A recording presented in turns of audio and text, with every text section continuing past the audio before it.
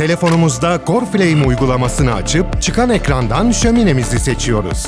Ardından BLE numarasını açılan ekrana giriyoruz. BLE numarası kutu üzerinde, kullanım kılavuzu üzerinde ve şömine üzerinde bulunur. Uygulamanın kullanılması için Bluetooth ve konum bilgisi açık olmalıdır. Şöminemiz mobil uygulamayla kullanıma hazırdır.